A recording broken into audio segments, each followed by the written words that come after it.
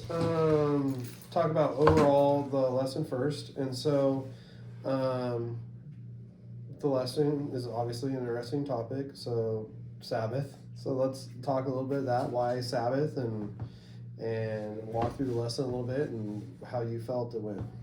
I thought I went pretty well, and my kids are really in. Sabbath is really hot. They've been pretty popular with kids for some time, which is interesting because when I was a kid in the '80s, I didn't have one other peer in my group that knew who Black Sabbath was, or that Ozzy sang for him, or any of that kind of stuff. So it's funny how they become such a Ozzy in particular become kind of a cultural phenomenon. But when I was an undergrad, I did a research project on industrialization and poverty and the birth of heavy metal in Birmingham, England. And so that gave me an opportunity to really look in what it means to be British working class, especially because Birmingham is where unionization was created. The first unions were created in Birmingham because of the industrial infrastructure. So I did a bunch of research, and I was fortunate enough to be able to interview the drummer from Black Sabbath and one of the guitarists from Judas Priest. They helped me with my paper. Mm-hmm. And then I wanted to present it at California State, and I won, I think, second place, and then had it published. Nice. Yeah. So it's definitely something I have a great interest in as well. But the kids, they all love Ozzy. Ozzy's become kind of that rock and roll standard, since he's had his own TV show, and then he's got his History Channel show where he goes to historical places with his son and stuff like that. So he's a pivotal figure. But the reason why I focus on Sabbath, it's not that I focused on them exclusively, because Judas Priest and half of Led Zeppelin all come from the same area. In fact, guys from Black Sabbath and Led Zeppelin were each other's best men before they were in big, really huge bands. Oh. So it's all about the community and the culture, and then talking about unionization, because we had already discussed those type of topics when we talked about the America in the 1950s and the rise of unions, and how that kind of defined the working class and the nuclear family in America. So now we're kind of looking at across the Atlantic example of that kind of similar situation, and how those notions were starting to change. Young people were starting to wonder, like, why in the world would I work to death to get a golden watch when I could bust this window out and grab one? It just didn't make a lot of sense to some of these younger kids that wanted something else besides factory work or the army. And that's some of the information I also got from the drummer of Black Sabbath when I interviewed him. He said all my brothers either went to jail or they went into the army, because they couldn't bear thinking of being another generation going into the plants and working in manufacturing. And so, kind of bring up that kind of that mental outlook with them, and have the kids kind of think about it in their own context. Like a lot of the parents work in the mills and work in industrial settings, and a lot of my students would never want to work in the mills.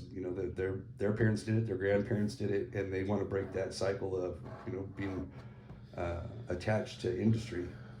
And then the other component of that is how their environment had an adverse impact on the art. Why was there so much dark occult themology? Why was there so much darkness and depression, and talking about real things, as where you're coming out of the 60s talking about flower power, peace, free love, and all this stuff. Ozzy says, like, we didn't relate to any of that. There was no flower power, peace, or dope smoking on the lawn or whatever. That didn't happen where we were at. Ozzy said, I didn't have a pair of shoes for about 5-6 years of my childhood. Wow. Just my parents, there was 8 of them living in a 2-bedroom apartment. And so there wasn't extra money for the accoutrements, and so Ozzy had to kind of try to figure out another way to be happy in life besides having to go and work at the plants. And so how did that have an impact on the music? And so we looked at examples from like Rob Halford saying, hey, I used to cut through British Steel, the actual company. I used to cut through British Steel to get to school. And when I'm sitting at school, my table is constantly rattling because of the steel presses and stamps going on. And we talked about, okay, well, think about the heavy drumming that goes on in Led Zeppelin, in Black Sabbath, and Judas Priest. It's very drum driven, and how that might relate if you think over to, maybe steel pressing and stamps and mechanized machinery producing things. How did that have an impact on that? People talking about, living in poverty and what it takes to survive, as where that was a far leap from flower power and let's all get together and join hands type of thing. They were talking about very real things that they were seeing. They could only write about their own experiences. And then also, some of the dark themology that comes up, especially in Led Zeppelin, and we discussed this today, was J.R. Tolkien, the author of Lord of the Rings. He's from Birmingham. He's from the Black Country as well. And so we drew some comparisons about some of the dark things that go on in The Hobbit and The Lord of the Rings, and then some of those themes that come up in Led Zeppelin's music. So there's very specific references to The Lord of the Rings, probably about 6 or 7 different times throughout Led Zeppelin's catalog. Wow. And so I draw a line through all of that and what it means to be working class, impoverished, and coming from the Midlands. And because we had just come off Detroit, so we talked about what it meant to be middle class, working class, Detroit, industrial epicenter of the United States, Motortown, USA. And so they've kind of got a comparative analysis to take a look at the two different working class cultures and how young people started to change the notion of what does masculinity mean? What is the value in a nuclear family anymore? What does it mean to be working class anymore? Because at the end of the 60s, the union started to break down and deteriorate. And the young people weren't into it. They didn't want to go into their father's trade. They didn't want to join their dad's union. They didn't want to do those things. And so that's how I draw the line through all of those things.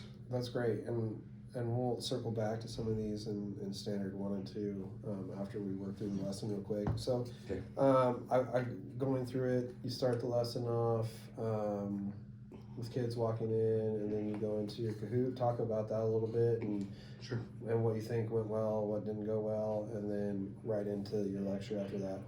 Well, my student, bless her heart, she actually she kept turning the video off, so it was actually broken into 4 videos. Oh, okay. So I edited them down so there's just the 2 short ones. But so you don't get to see me greeting the students, which is something I always do. Mm-hmm. And I don't just like, hey, how you doing? It's like, hey Tony, how you doing? Hey Easy, how you doing?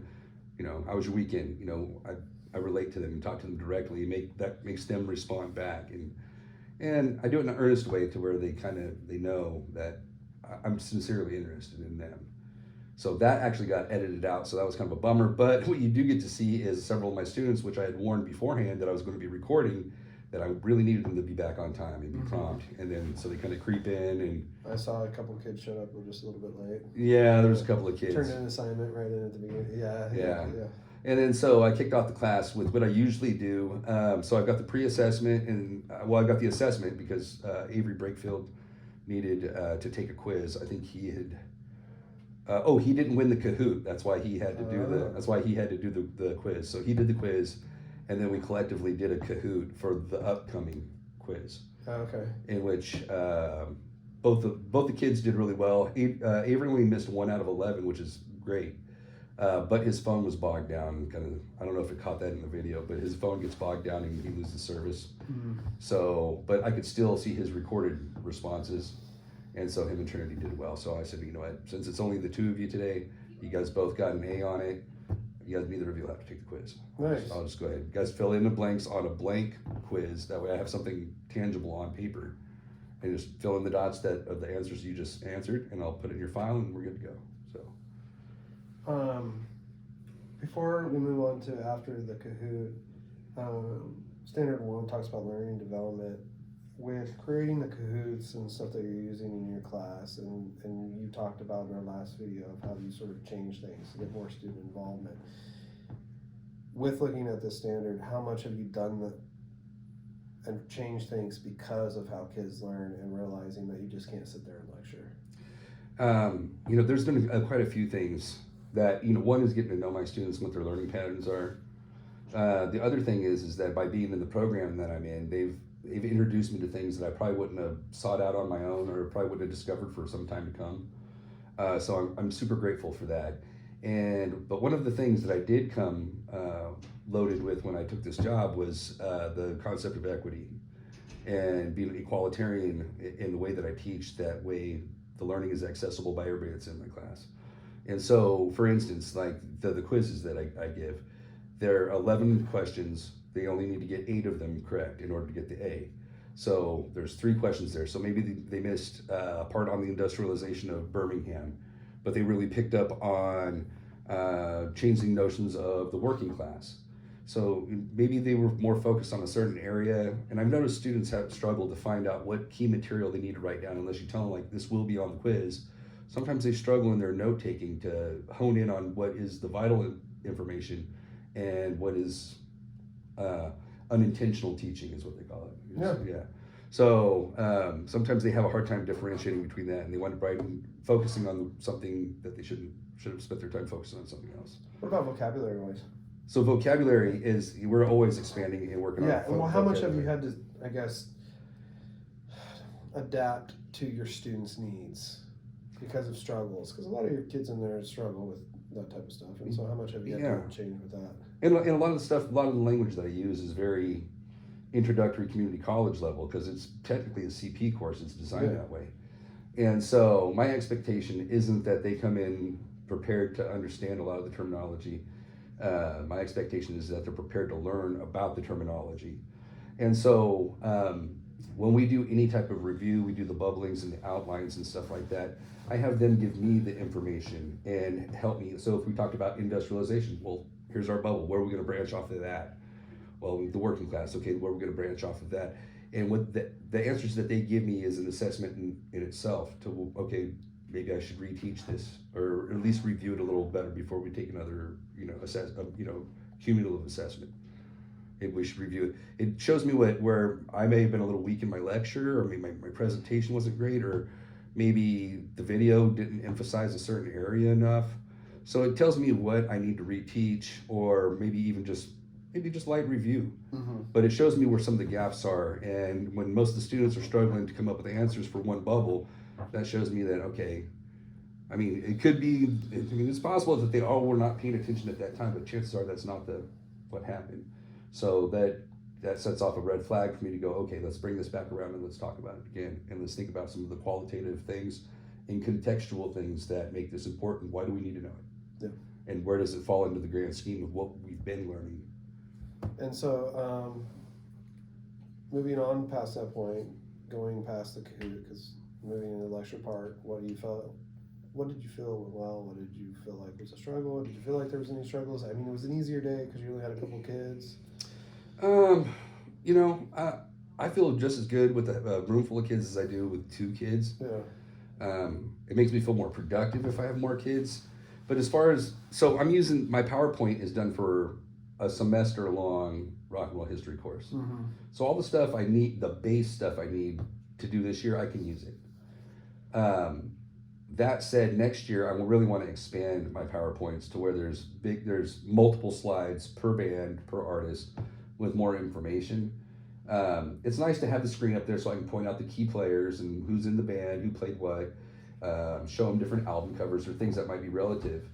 But by and large, it was condensed for a 1 semester, not a full year. Yeah. So there's not a lot of slides. So Sabbath was 1 slide. Yeah. Led Zeppelin is 1 or 2 slides. So how will you change it for your learners that you have in this building, I guess? So you want to add more in depth. What are some ideas maybe that you've come up with to help our students? I'd like to expand the presentation to better correlate to my lecture. Instead of me lecturing and there's just this one fixed image on there the whole time, have a few things to click through, things that are interactive, visuals, so the kids can identify visually, okay, that is Ozzy Osbourne, or that is what factories in Birmingham look like, or so on and so forth. So they have some type of aesthetic that can connect into that historical thing, because it's hard to put yourself into a time you didn't exist in, and to give them more opportunities to be able to see what it was about and how that relates. Good. So with moving forward with learning development, standard 1 and standard 2 learning differences, I would definitely, from the experience that I have and had conversations with you, I would feel these are your strong suits. So I would put both of these in the proficient to outstanding categories, depending on the time of day and the lecture that you're in. I'm a true believer in that. As teachers, we're not outstanding all the time, and we're not, and maybe for that lesson for a certain part. And so I definitely feel these are your strong suits with watching the video and going through and seeing how you're adapting. I can't say it had been the same last year. I think your program has definitely helped you improve in this category, especially since you were working with college kids before this. And so just you understanding your students and how they learn and their emotional needs, especially the students that we're putting out there, I think you're doing a fabulous job. You're definitely proficient and outstanding in these 2 categories. The one thing I'd like to see more of is getting more kids out there and more general ed kids out there with you and experiencing the rock and roll history. And it's something that I don't know why we haven't pushed more. And so, really, like I said, covering these two standards, I think you're about as good as it gets when it comes to understanding your students as individuals and making sure you're doing the best that you can do to meet their needs. One thing on here, you use technology quite a bit in your classroom. Your kids are always on computers, and this second part right here, it talks a little bit, including EL and SPED students. Most of your kids are SPED students out there, aren't they? A significant number of them are IEPs. Yeah, I don't have any IEPs. 504s or any of that.